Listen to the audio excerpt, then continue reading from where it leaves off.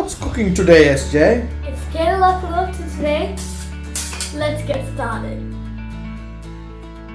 Take 4 cups of plain flour, 1 tablespoon of sugar, 1.5 teaspoons of salt, approximately 1.5 cups of warm water, and knead it in a dough mixer.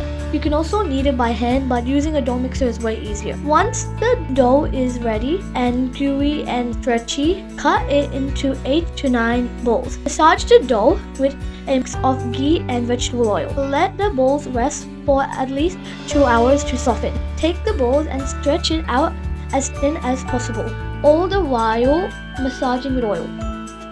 I'm going to cut it with a pizza cutter to give it more layers. Roll it up and form it into a ball.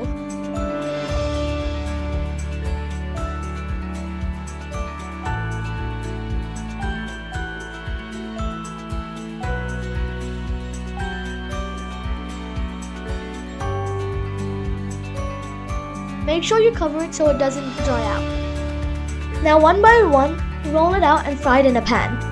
Make sure you add a lot of oil to keep it moist.